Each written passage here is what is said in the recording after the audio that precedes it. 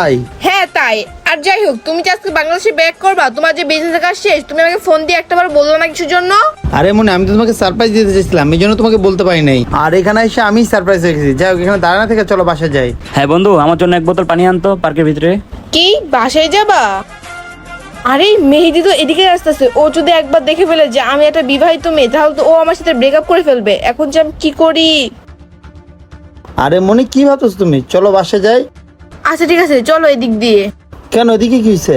আরে চলো না, এই রাস্তা দিয়ে আজকে ঘুরে বাসে যাই, ওই রাস্তা দিয়ে আমি যাবো না। ঠিক আছে চলো। এই মনি দাঁড়াও, পানি তো পাই নাই। আমার একটা ফ্রেন্ডকে বলছি পানি আনতে, সে পানি আনতেছে। আরে মেহেদি তো আমাদের দুজনকে দেখে ফেললো। কিভাবে মনি? এই ছেলে তোমার নাম ধরে কেন ডাকলো? এই ছেলে তোমার কি হয়? আরে এই লোকটা আবার কে? আরে এই ছেলেটাকে তো আমি চিনি না। এই ছেলে কোথা থেকে আসছে? এই ছেলে তুমি কে? কি, তুমি ওকে চিনো না? আরে ছেলে, কে তুই? তুই আমার ওয়াইফের নাম ধরে কেন ডাকলি? স্যার আপনি এইসব কি বলতেছেন? আপনার কোনো ভুল ধারণা হচ্ছে। আর বাই দ্য ওয়ে, এই মেয়েটা আপনার কিভাবে ওয়াইফ হতে পারে?